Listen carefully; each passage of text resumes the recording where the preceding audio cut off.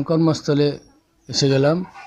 এখন আমরা যে কাজটা আপনাদেরকে দেখাবো সেটা হলো বহুতল ভবনের টয়লেটের ফল ছাদের ভিতর 4 ইঞ্চি এবং 6 ইঞ্চি লাইন কীভাবে ওয়ারিং করতে হয়, কীভাবে লং টাক ফিটিং করতে হয়, কীভাবে ব্যান ফিটিং করতে হয়, সেই কাজগুলি দেখাবো। কিন্তু এখানে কথা হইল 3টা টয়লেট, এখানে যদি আমরা পরিপূর্ণ কাজ দেখাতে যাই তা থেকে অনেক সময় লাগবে। তো আমরা 3টা দেখাবো না, একটা বাথরুম সরাসরি ফিটিং করাটা দেখাবো, আর বাকিগুলো কীভাবে ফিটিং করা হয়েছে সেটা আপনাদেরকে দেখাইবো। তো আশা রাখি আপনারা শুরু থেকে শেষ পর্যন্ত এই ভিডিওটা আপনারা দেখবেন। হ্যাঁ, তাহলে আপনাদের পরিপূর্ণভাবে এই কাজ সম্বন্ধে আপনাদের ধারণা আসবে এবং বুঝে আসবে।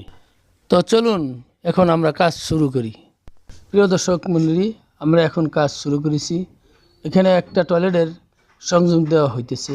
সে যেই সংযোগটা দেওয়া হইতেছে এটা হইল 6x4 প্লেনটি 6 ইঞ্চি পাইপের সাথে সংযোগ